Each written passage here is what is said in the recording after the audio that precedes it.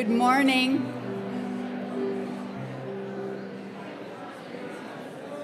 Good morning, everyone. I'd just like to ask for a few moments of quiet reflection as Gretchen and her two children bring Dan to be with us. And if there are any open seats for those who are standing, let us know, and there is also additional seating in the narthex. There's some seats over here. First and second row over here, there are some seats. Please, you're going to be tired of standing.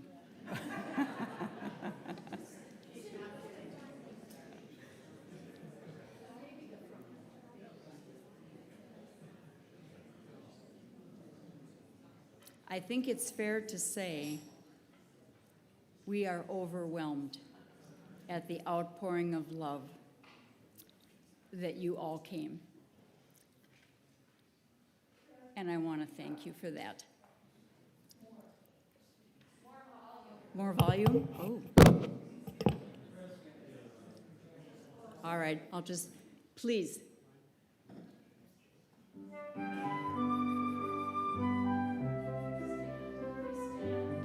Please stand.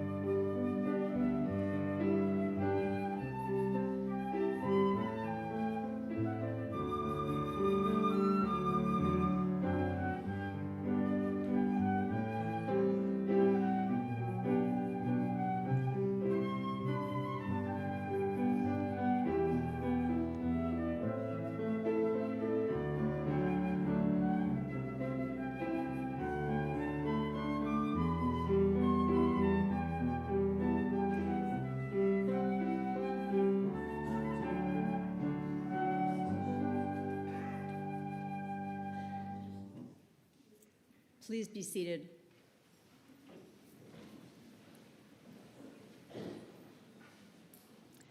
Again, good morning and welcome to St. Barnabas Lutheran Church as we celebrate the life of Daniel Paul Eckes, loving husband of Gretchen, father of Adam and Gina, grandfather of Owen and Isla, brother, brother-in-law, uncle, and friend to many. I would also like to welcome the people who have joined us virtually this morning. We feel your presence, and we are very happy that you're with us. I think it's fair to say we're overwhelmed at this outpouring of attendance, and we are deeply grateful. Dan was my brother-in-law, very deeply loved, obviously by the Eckes family as well as the UTEC family. My name is Chris Perry. I'm Gretchen's sister, and I'm honored to be here helping through this time of reflection and song as we celebrate Dan with his family and friends. But first, a fun fact. We're in St. Barnabas Lutheran Church, And I wonder if you know that St. Barnabas was known for his supportive nature, his kindness, and as a son of encouragement. And it is so appropriate that we celebrate Dan in this space, because Dan was one of the kindest people I've ever known, and always had an encouraging word to say to others. I would like to thank St. Barnabas for hosting us this morning, with special appreciation to two staff members, Carl Smith and Brenda Erickson, who helped and supported us along the way. Additionally, I'd like to thank our musicians, all of our readers, and those who have helped with the luncheon and the retrospective video that you will hear at lunch. Let us now begin with some reflections and songs with a Native American reading by two of Dan's sisters, Jane Eckes and Joan Elliott.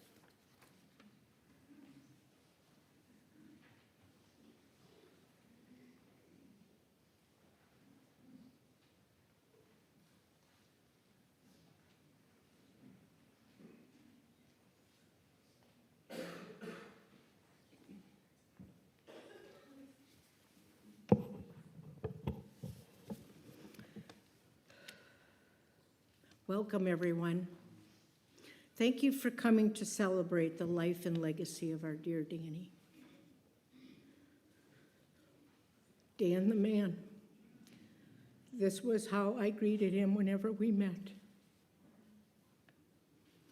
How is it we are here today sharing memories and honoring your life of goodness, kindness, and your big heart filled with love and care?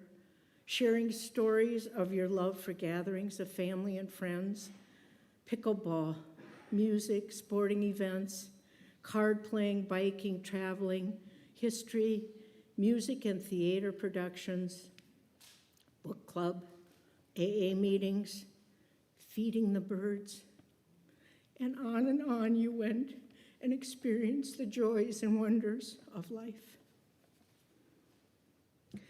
This is a little reminder of Danny would want us to do. We can shed tears that he is gone, or we can smile because he has lived. We can close our eyes and pray that he will come back, or we can open our eyes and see that all that he has left. Our hearts can be empty because we can't see him, or they can be full of the love that we shared with him. We can remember him and only that he is gone, or we can cherish his memory and let it live on.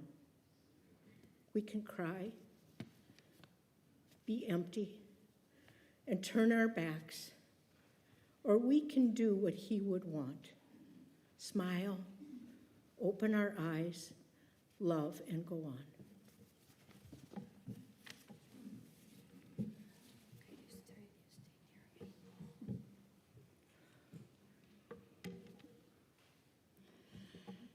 Danny had a special connection with our Native American people and often reflected on their teachings. This is a Native American prayer Danny would have liked to have been shared. So here I am sharing. I give you this one thought to keep. I am with you still. I do not sleep. I am 1,000 winds that blow. I am the diamond glints on the snow. I am the sunlight on ripened grain. I am the gentle autumn rain. When you awaken in the morning's hush, I am the swift uplifting rush of quiet birds in a circled flight. I am the soft stars that shine at night. Do not think of me as gone. I am with you still in each new dawn. I think the next thing in the bulletin is a song, measurement. Dan loved to sing, he loved to play the guitar. So you've got a word, you sing in your own husband got all this money, guess what? Sing. Please, because he will know.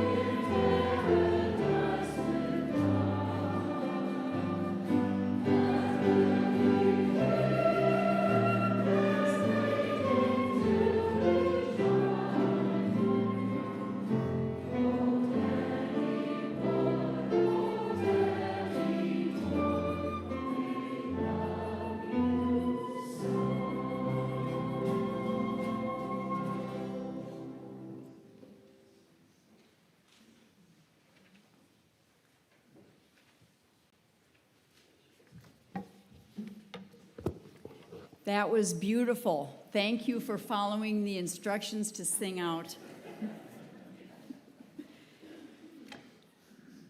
One of the characteristics I admired about Dan was his pragmatic approach to life. He was able to laugh heartily at a joke or a favorite comedian, while also being able to cry when someone he held dear passed away or was going through a difficult time. He understood that opposing actions like planting and reaping, laughing and weeping, or war and peace are part of the human experience and the cyclical nature of life. I found this to be true in Dan's struggle with alcoholism. While at first it brought him likely anxiety and perhaps fear, once he joined his AA group, it brought him peace and joy. His group experience became his spiritual discipline. He wouldn't miss an AA meeting for anything, and he treasured those friendships.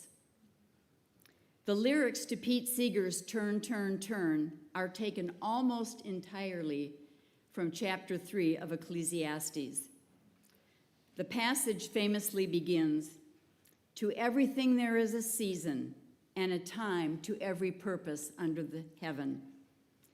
Pete's song adapts these verses to highlight the inevitability of time and change, and it closes with a plea for peace, something that Dan longed for.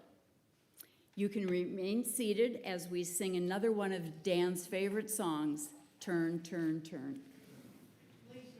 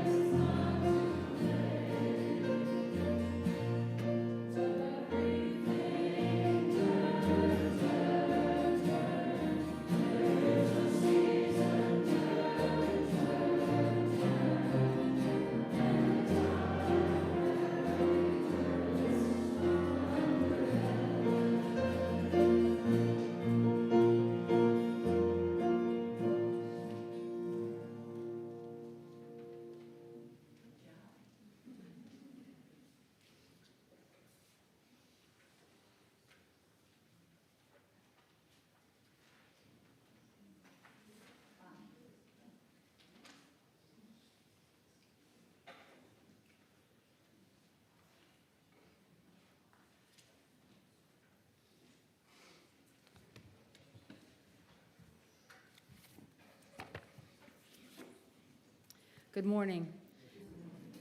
My name is Julie O'Rourke, and I am Dan's niece and godchild. Dan's 7 siblings contributed to this Eckes sibling eulogy, which I have the honor of reading this morning. Dan had 3 older siblings and 4 younger siblings. In his creative and loving spirit, Dan had nicknames for all of them. From oldest to youngest, Lois was Sister, Laura was Cat, Lucia was Lucy, Jane was Tootser, Joan was Chopper, Joyce was Joycey, and Ralph was Bear. Danny, who had a few nicknames himself, would use these names with a playful tenderness. Dan had one steadfast anchor in his life, and that was family. That anchor was evident in all of his siblings' memories. Joan listed many of Dan's loves, but how, above all else, he loved family, and noted his immense love when the family gathered. Lucia added that Dan was always so grateful for family gatherings and complimented her on keeping the family together with the many family events that she hosted at her house. From a young age, Danny was anchored in the massive extended family that surrounded him. As adults, Jane recalls their Memorial Day walks through the Holy Name and Hamel cemeteries, with Dan sharing stories about their ancestors and the ways they had touched his life as a little boy. As children, Joan noted Dan was the trusted leader among his 4 younger siblings. When he was about 12 years old, he had the carpentry skills to build the treehouse. He was so proud, and his excited 9, 7, and 5-year-old siblings thought it was perfectly magnificent. Dan decided that there needed to be a ranking of who was in charge, and with no discussion, he claimed the post of president, naming Jane as vice president, Joan as secretary, and Joyce as treasurer. Ralph, as the youngest, was named Sweeper because, as Dan announced, we have to keep it clean. Dan then took some small metal plates and, using a nail to scratch each person's name and assigned rank, he hung the plates on the tree trunk between the steps. And as Joan recalls, Danny had built them a castle. Dan's love and commitment to family was remembered by Lucia when he visited her family in West Chicago during the winter of 1975 when he was 30 years old. With his carpentry skills, he was going to help Lucia's husband, Dan, finish the basement. But they had a 6-month-old baby who had a hard time sleeping unless she was moving. Danny was a godsend, walking the floor with her while she slept. And with his penchant for bestowing nicknames, he nicknamed her Partner. Joyce recalls Danny's steadfast anchor for family held true as a faithful father with a steady and proud presence in the lives of his children, Adam and Gina. He would quietly boast, celebrating their music and sports and cheering them on in their accomplishments and life choices. In more recent years, Joyce felt delight as Dan shared his grandchildren's experiences, learnings, and accomplishments. There are markers that give shape and definition to each person's unique life. A birth story is certainly one such marker. Danny's birth into the Eckes family was recalled by Lois with great fondness. He was the first boy after 3 girls. She was so excited to have a little brother to love and to help care for. The excitement was palpable, and it seemed that within days, their dad had arranged to add "and son" to the F.J. Eckes inscription on his milk cart truck. Character and values are also markers that define a life. The strength and consistency of Dan's character and values was evidenced by his siblings using many of the same words to describe him. His siblings honor his life of kindness and goodness and his big heart filled with love and care. Dan the man loved deeply. He was friendly, outgoing, and with that sweet smile on his face, he embraced everyone with kindness and grace. These characters and values were exuded through his visits and his phone calls, special cards, and gifts. He was always curious, asking what was going on in your life, and with his deep-rooted principles of honesty and respect, he listened intently with genuine interest, asking questions that made you know he cared while drawing more out of you. As an older adult, Dan was supported in his work to become sober.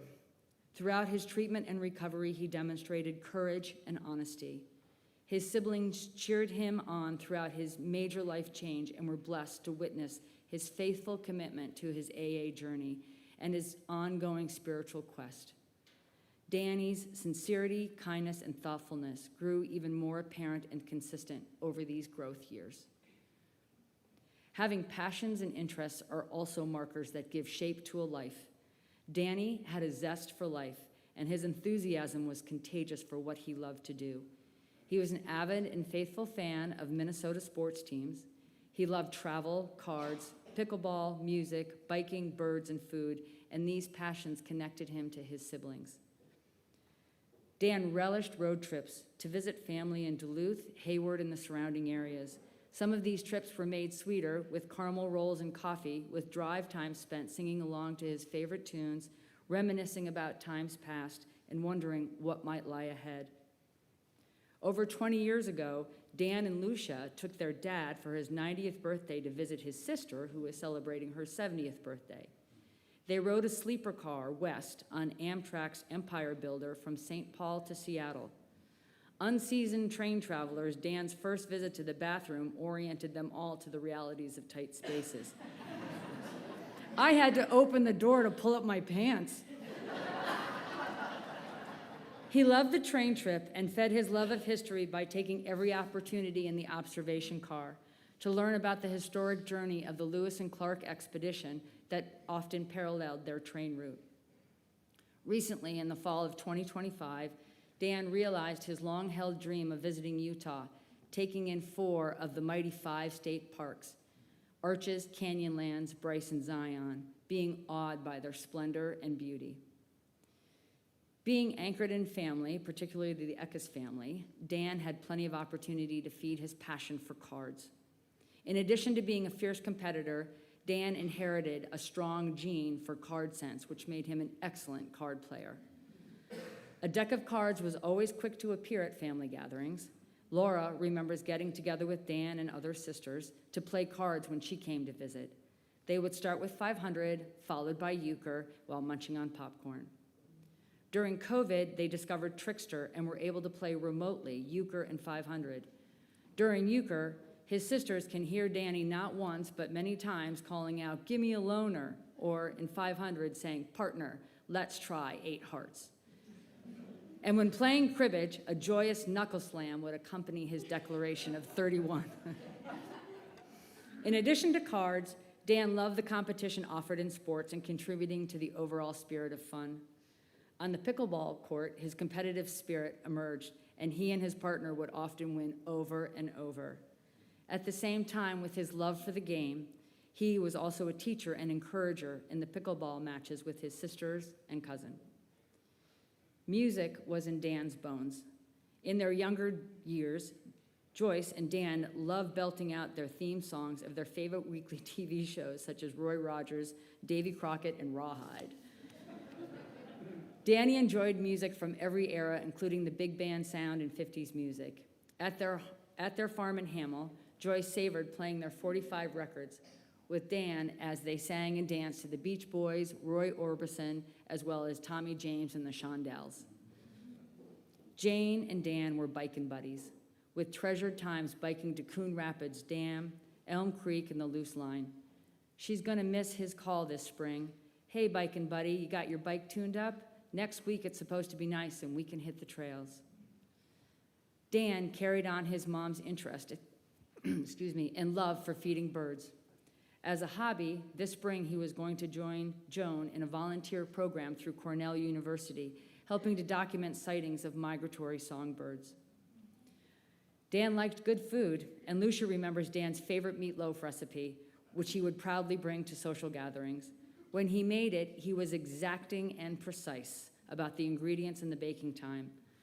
Lucia was surprised that her own meatloaf recipe met his expectations with his compliment, "As good as mine." If fun and adventure can be a passion, Dan had plenty of it as a youth. Joyce feels blessed and grateful for Dan's joining in and creating so many adventures. As children, Dan and his siblings spent many a winter day outside building snowmen, making snow forts, and sledding down the driveway. On their sleds, they would pile on top of one another, and after making a train by hooking their boots into the sled behind them, Danny would lead the way down the snow-packed driveway straight toward Highway 55.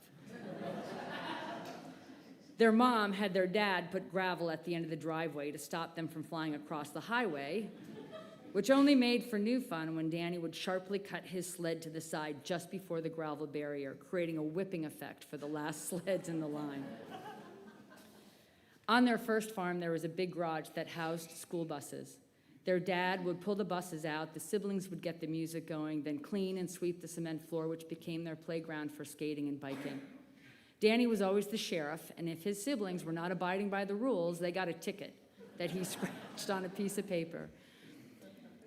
Dan could also make some trouble, and his older sister, Laura, recalled how when they were growing up and their parents went out leaving her in charge, she always gave a good report, no matter Danny's antics or refusals to cooperate. When she was in high school and Dan was in 7th grade, they both got in trouble when Dan got kicked out of school for smoking behind a tree with 2 classmates. Because when he asked where he got the cigarettes, he answered, "Out of my sister's purse."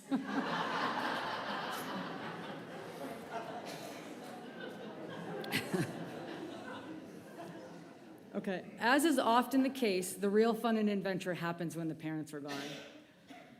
We know that this gives an extra spark for daring creativity and makes for great stories and the best memories. With their parents, Loretta and Fiddy, away attending an annual fall religious retreat, the Eckes garage parties at their Hamel farm, hosted by Dan and his younger siblings, were a treasured gathering. The garage was swept clean, their dad's tools were put away behind a draped workbench, and bales of hay were brought in for seating. Danny would set up his reel-to-reel sound system, blasting tunes with the doors wide open as friends and family sang and danced the night away. In these occasions, Dan made space for joy and welcomed people, making sure everyone felt that there was nowhere else they would rather be. Ralph recalled on another occasion when he and his 3 siblings were in high school and Dan was in college at St. John's, but again, crucially, Loretta and Fiddy were away. Dan came home for a skating party. The retention pond on the farm was frozen, and there was a light coating of snow that needed to be removed. When it was suggested that Fiddy's fairly new Massey Ferguson tractor with its snow bucket could clean the ice, Dan jumped at the chance to be the operator. After easing the front wheels onto the ice cracked and the wheels sunk below the water level. Danny thought lowering the bucket would raise the front wheels, but the downward pressure caused the rest of the ice to buckle. With water spraying from the radiator fan blades, Dan quickly jumped off the back of the tractor and then had to send Ralph back to shut it off.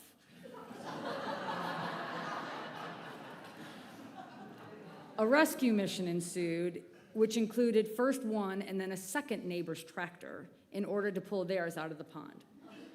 Afterwards, Danny took charge of cleaning their dad's tractor, removing the pond muck and the weeds, and then went back to St. John's before his parents got home, leaving a mystery when Fiddy inquired about the green slime on the radiator fan blades. One last story of adventure that envelops all the joys that were Dan. Joyce remembers how, as young adults, but once again on the farm with the parents gone, on a December weekend retreat, Danny had a light bulb moment for a Christmas caroling adventure. With his siblings and 3 brothers-in-law, and again using the tractor, they moved the upright piano from the house and strapped it onto the hay wagon. Then, with Ralph driving the tractor and Dan's then fiancée, Gretchen, sitting on a hay bale while playing the piano, 11 of them drove to all the neighboring farms and down the main street of Hamel singing Christmas carols.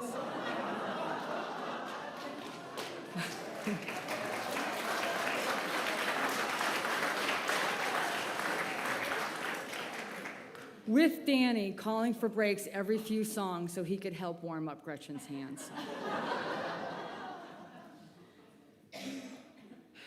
Danny's life was not defined by his death, but how he experienced his passing is a beautiful marker for all of us.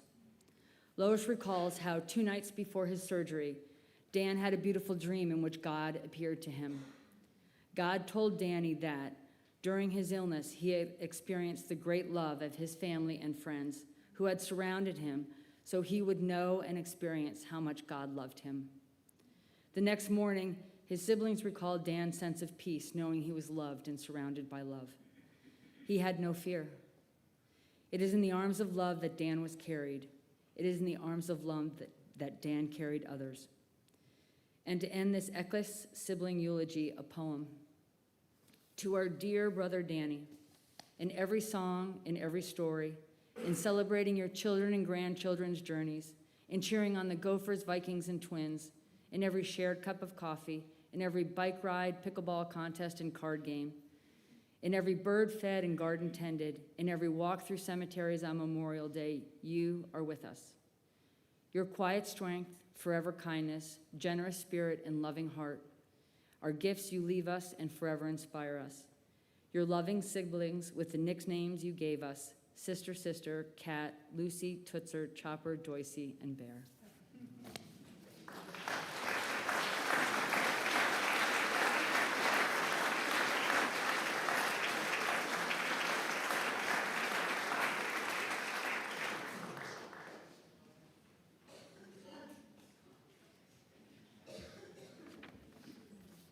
That's hard to follow. It was absolutely beautiful. And the memories of the Eckes sisters, I love you all. You're wonderful. I learned some new stories. And I bet there's lots more, too. As Julie and many other people have said, I too experienced Dan as an extremely kind and thoughtful person. He had the gifts of being able to welcome those at a gathering and to engage them in conversation, always wanting to learn more about them. That's kind of rare these days. At my brother Greg's annual 4th of July gathering each year that included the UTEC side of the family as well as the Ritter side, Dan always made a point of seeking out each family member to learn what was new with them from the year before. He was genuinely interested in each person as he listened intently to what they had to say. And having received befriender training at his church many years ago, Dan had a special place in his heart for befriending and listening and engaging with veterans and senior citizens. That's a gift. 1 Corinthians and Romans 12 were favorite scriptures of Dan because they highlight the various gifts that we are all given at birth, which we use together as one body. This concept of one body, many parts, or members, illustrates unity in and through diversity of all of our Creator's people around the world, and the interconnectedness and the interdependence of us all. If any of us suffers, every part suffers with it. Though the body has many parts, they all form one unit. No one person is superior over another. As children of the Creator, we are called to love and serve our neighbors. And Dan exemplified that call, always seeking the other in conversation and appreciating each person's individual gifts to the whole of creation. Let's now join together as we sing another one of Dan's favorite songs, We Are Many Parts.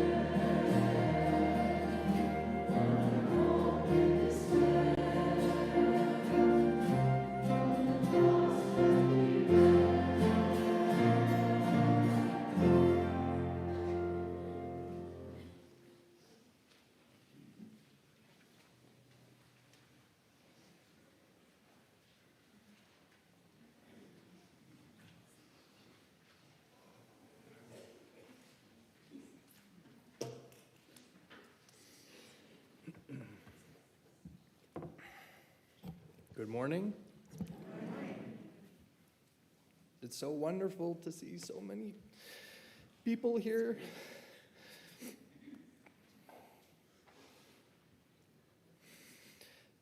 Oh, good Lord.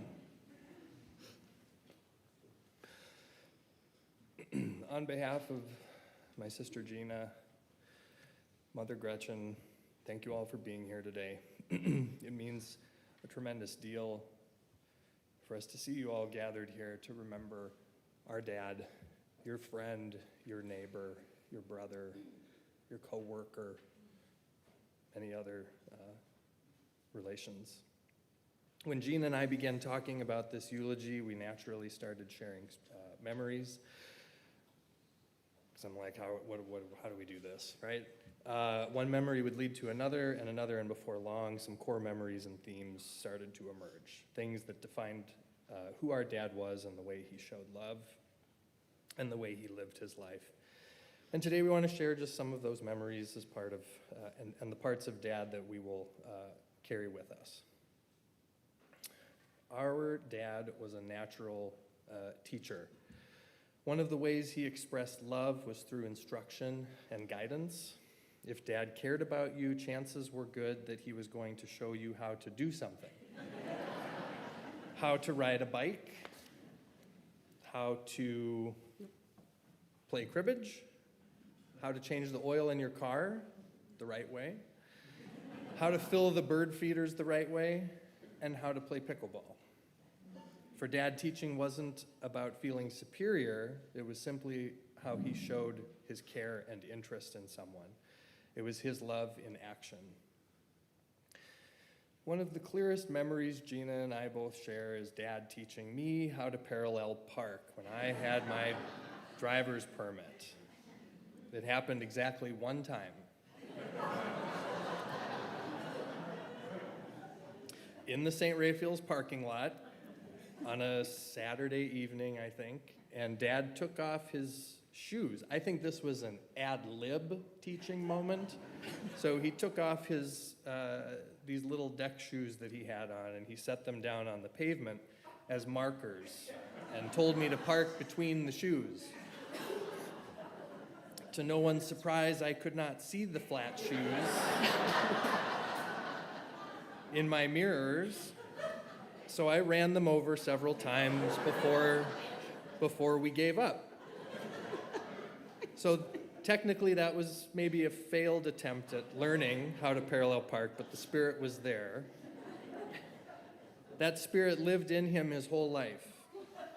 Many of Dad's pickleball friends reached out to us after he passed, and a number of them said the same thing, that he was the first person that they ever played with, and that he patiently showed them the basics and helped them get started. That was Dad. He liked helping people find their way.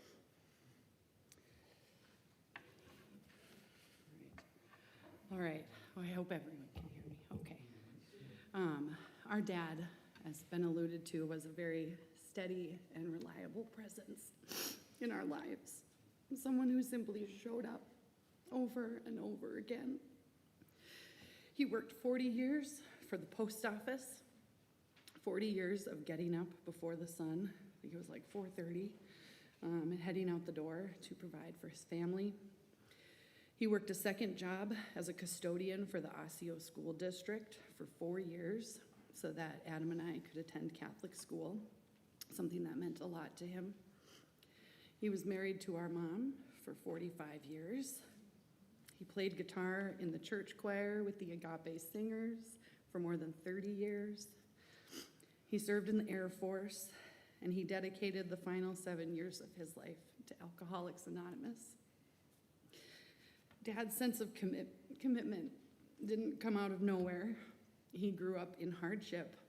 Farm life was very difficult. It was not easy.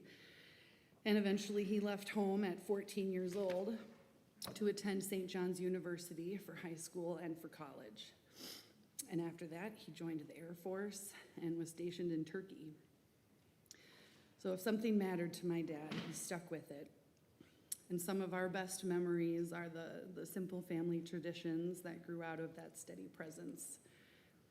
Sunday mornings meant big breakfasts. This was another, we were both like, we gotta talk about the breakfasts. Every week, we would go to church. This was a little before the Saturday night choir. You people know what I'm talking about. But we would start with Sunday mornings, go to church, come home, and Dad would turn on the Sports Huddle with Sid and Dave on WCCO radio. He loved that. That's Sid Hartman. Or an NFL pregame show, and he'd get to work. And he would make pancakes and hash browns, bacon, eggs, toast. It was such a feast for us. And later, when Adam and I were older, and our parents were singing in the choir at St. Raphael, another tradition emerged, which was Saturday steak nights. So the choir would do the 5:30 evening mass, and of course we would go early and help set up all the microphones and the music stands, right, Mom? And we'd come home, and Dad would grill steaks and bake potatoes, and he always had a big green salad.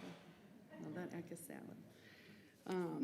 One of my dad's AA friends reached out with a few words about him, and she said, "When I think of Dan, I think of service," which is a critical component in AA recovery.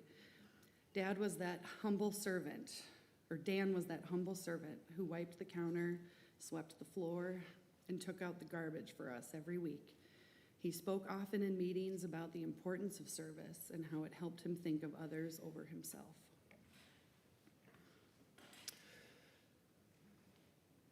Our dad was a good son. One of the earliest memories of my life was when I was maybe 3 years old. He would take us to his parents' house in Hamel on Mondays, which were his day off, one of his only days off during the week when he worked at the post office. Gina and I would play with the dolls and the old toys on the porch while he would visit with his parents. Fast forward to around 2015, and I was in town for something, and Dad asked me if I wanted to go spend the evening at Grandpa and Grandma's place, visiting with them and playing cribbage. And so we did just that. Played many games of cribbage that night and had dinner with them, and it was a nice full circle moment. And as alluded to earlier, many times already this morning, family was a big anchor for him. Food, family, cards, sports on the TV, and Dad right there in the middle of it. He was a man of faith. He grew up in a strong Catholic tradition and carried that with him throughout his life. When we were kids, he was deeply involved in the church community. He served as a Eucharistic minister, a reader, and a guitarist for countless masses and services. And when I was old enough to serve as an altar boy, he became an altar dad, and we served Mass together many times. Beyond religion, Dad was also deeply spiritual, and in his later years, he became something of a philosopher.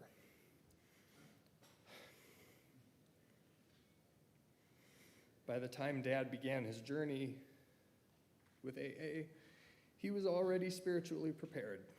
He was already asking questions and finding himself open to growth. Gina and I are so proud of how he evolved over those years, and we're grateful to the AA community for embracing him and giving him that space to grow. Another one of Dad's AA friends said, "Dan said he finally found happiness when he stopped looking so hard." He realized it was in the little things like a flower or a sunset. It was in himself and those around him. This is the music portion. Both Adam and I are so grateful to have grown up in a house filled with music, specifically the sound of Mom playing the piano and Dad strumming the guitar, and often together. My dad learned guitar in his 40s, something Adam and I, both in our 40s, find very impressive now. Whew, I don't know, how did he do that?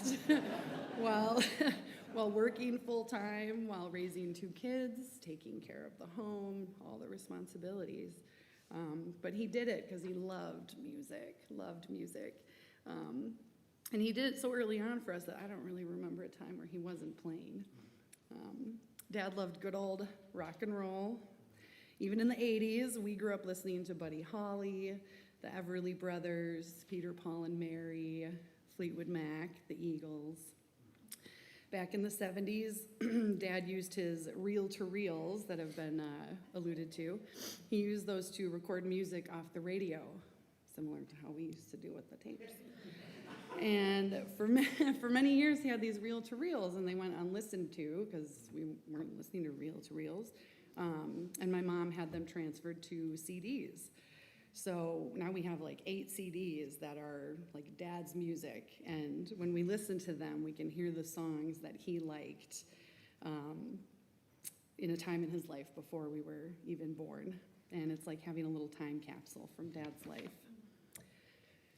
My dad and I listened to these reel-to-reel CDs during his last days in the townhome in January. When he got out of the care unit and we came home, he just wanted to sit and listen to music. And I can say music was one of the highlights of his last months on earth as he struggled physically and mentally every minute of every day. Music was one of the only things that provided him comfort and joy, the familiar melodies that he could escape to. So I just have a couple song recommendations. If you want a good, sad song to cry to, a song that my dad would get choked up over, I suggest He Ain't Heavy by the Hollies. I see some nods. Oh my, that'll rip your heart out. Yep. And Crying by Roy Orbison, another good one. He loved Roy. And a couple more upbeat Danny selections I recommend are Dreamboat Annie by Heart. If you ever listen to Heart, think of Dad. Where are you? Sister Golden Hair by America. Bangers, both of them.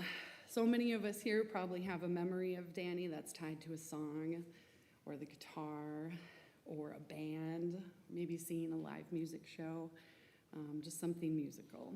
Music was one of the great loves of his life and one of the major ways that we will remember him. Oh, I still go, yeah. My dad also loved being outside. We've kind of alluded to this too. He loved traveling, especially to places with mountains, forests, national parks. He enjoyed visiting his grandkids in Seattle and taking in the waterfowls and mountain views. And last fall, he completed a bucket list road trip with his friends to visit Bryce Canyon and Arches National Park. He loved quiet time in the woods up north, up in Duluth, or on a lake near Hayward, Wisconsin. Closer to home, he developed a deep love for backyard birds. What started as a small hobby eventually became a full-blown passion. At their Maple Grove townhome, Dan hung multiple bird feeders off the deck, including one of those sock-looking feeders that would end up completely covered in finches. He became a regular at Wild Birds Unlimited and took his bird feeding responsibilities very seriously. Dad also loved being active outdoors. The list of activities we saw him do over the years was pretty exhaustive. He walked, ran, biked, roller skated, played racquetball, went fishing, cross-country skiing, and later became an enthusiastic pickleball player. He'd throw the football around on Thanksgiving, and when we were younger, he spent plenty of time playing catch with us. At the heart of everything, Dad was a really good guy. And a good man. He helped lead my Cub Scout pack for several years, including an annual camping trip to St. Croix State Park outside of Hinckley. Some of you in the room know this. Overnight lows in the Hinckley area around April or May are often quite cool. And one particular year, we were especially not fully prepared for how cold it could get, and Dad had me sleep in his sleeping bag with him to keep warm overnight. He was always a protector. As little kids, he loved treating us to snacks after work before Mom would get home. JoJo potatoes and pizza pockets from the Tom Thumb, or beef jerky and rainbow gumballs from the Bill's Superette. He'd have us sit on his lap while driving and let us steer the wheel. He'd tease He'd tease us about his love of blood sausage. We always laughed when someone would bring blood sausage to an Eckes family brunch. If you don't know, you You're can all ask afterwards. Yeah. We took a family trip to Disney World once, and the part that Gina and I remember most fondly about that is singing and laughing in the car with Dad and Mom, listening to the music.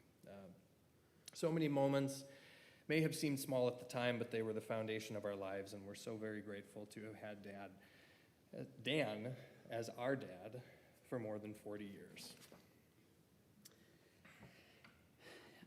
Our dad's love showed up for us in a lot of ways, teaching us how to do things, cheering us on, playing music in the house, cooking breakfasts on Sunday mornings, or simply being there when we needed him. And that kind of love doesn't disappear. It stays with us and it shapes us. And what Dad built in all of us is not gone. So while we will miss him deeply, we will carry those memories and those lessons and his love with us for the rest of our lives. We love you always and forever. Our dearest Daddy Dan. Thank you.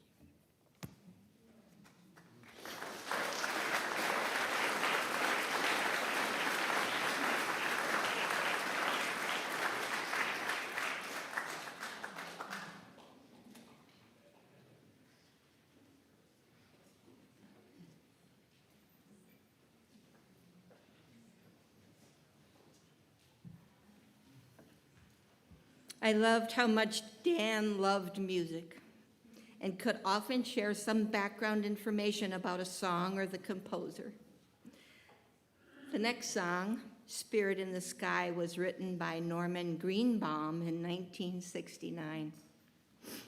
Norman, a man of Jewish faith, was inspired to write this song after watching Porter Wagner sing gospel music. Gretchen shares the story that every time this song came on, Dan would raise his hand, pointing to the heavens and say, "I want this song at my funeral." So here we are. Dan, we grant you your wish. So y'all need to have a little enthusiasm at this song. Kansas, here we go.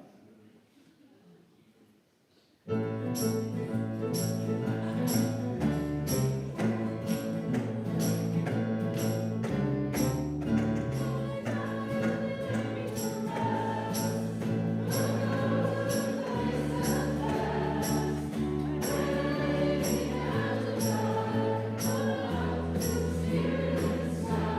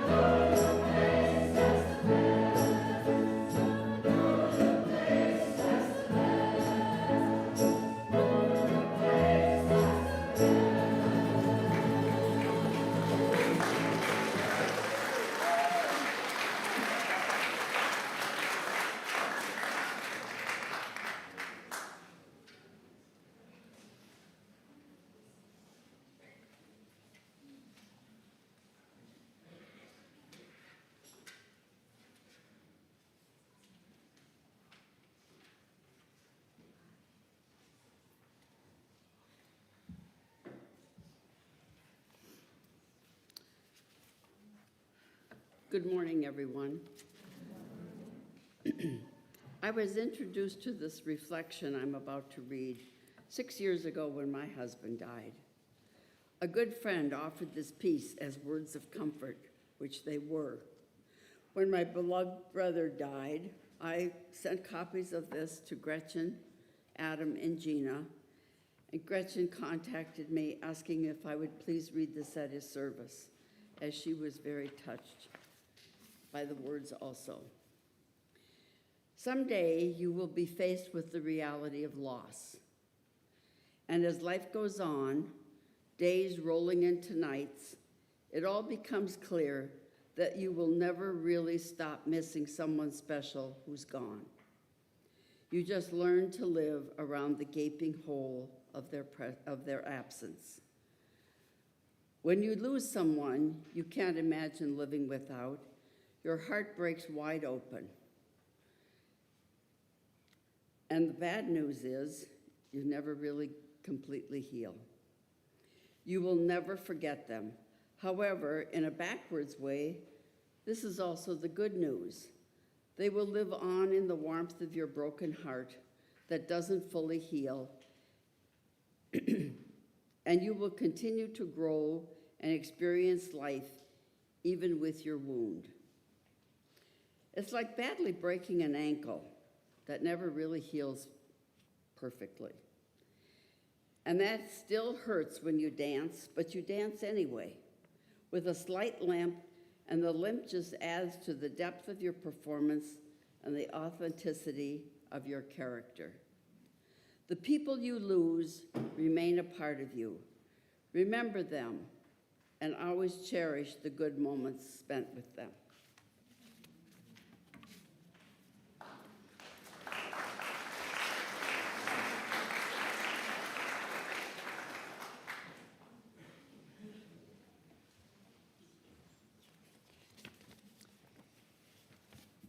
In the late 1960s and the early 70s, our country was at a tipping point with the Vietnam War intensifying and as civil rights issues were blazing at the forefront. It was then that two very famous songwriters, lyricist Hal David and composer Burt Bacharach, felt that the world needed to come together, needed to be united under a new power, the power of love. A love that would be freely given, not just for some, but for everyone. After struggling to pen the right words, to pen those words, Hal David struggled for actually 3 years to figure out how to just present this song. He was driving to his studio in Manhattan, and he had an epiphany. The song that he had struggled to finish, he decided needed to be addressed to God. What the world needs now is love became a prayerful expression of hope for a power that is found only in God. And God is love. And love, the love of a holy God, is the gift that gives us life. The Apostle Paul would write this in these words. He said, "But because of his great love for us, God, who is rich in mercy, made us alive in Christ." So what we need now, today, as we need always, is to be loved by God.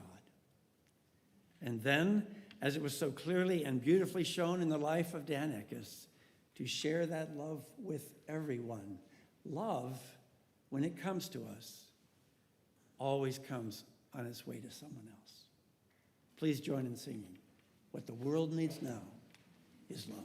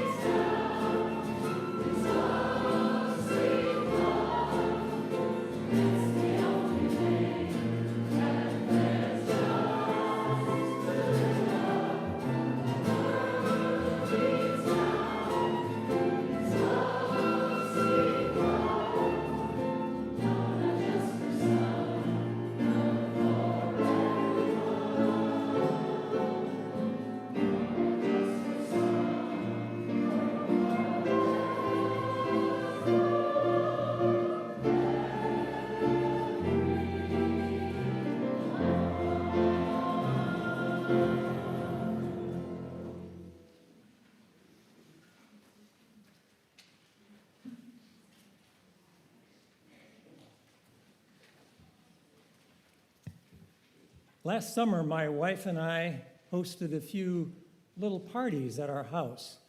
The reason was they were mini book launch parties for a book of poetry that had just been published. It was really just an excuse to get people together and have fun, have something to drink, and chat. We, of course, invited Gretchen and Dan, who showed up dutifully, because not everyone wants to hear poetry. But as I read a few poems and then stopped because I didn't want to put people to sleep, I was cautioned by Dan, "Can I ask some questions?"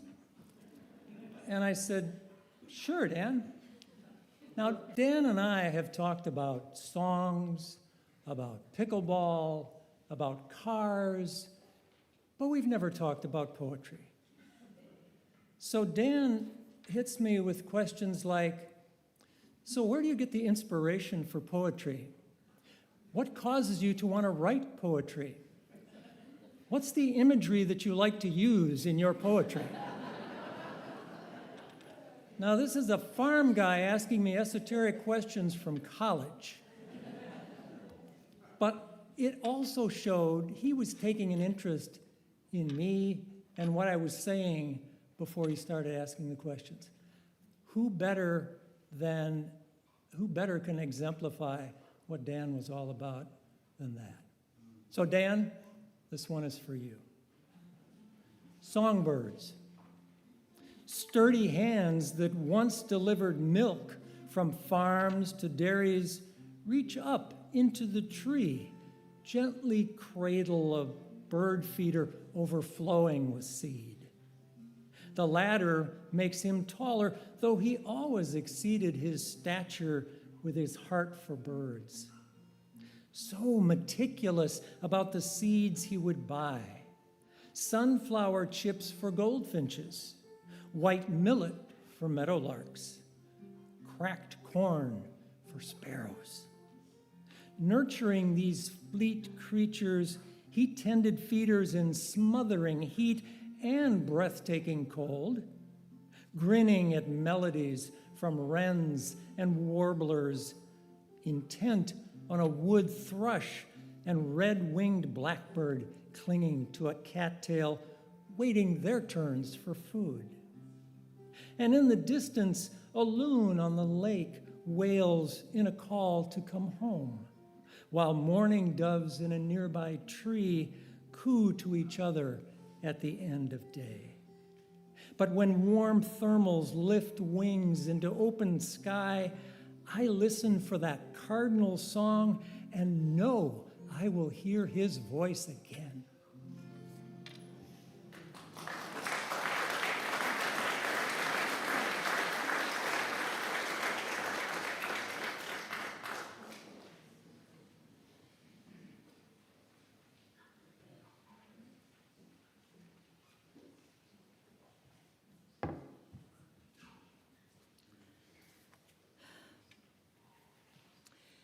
This litany of remembrance comes from the Jewish prayer book, adapted for today in honor of Dan.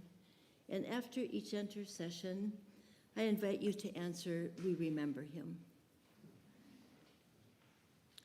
At the rising of the sun and its going down, we remember him. At the blowing of the wind and in the chill of winter, we remember him. At the rebirth of spring, with the opening of buds and the song of the birds he loved, the outdoor pickleball play and long walks. We remember him. At the blueness of the skies and in the warmth of summer. We remember him. At the rustling of the leaves and in the beauty of autumn. We remember him. When we find ourselves in difficult times and yearn for a listening ear and a loving heart. And when we have joys we long to share. As we enjoy music and sing along with our favorite songs. When the Vikings, the Twins, and the Wild open their season and our hopes rise. As long as we live, they too will live, for they are now part of us and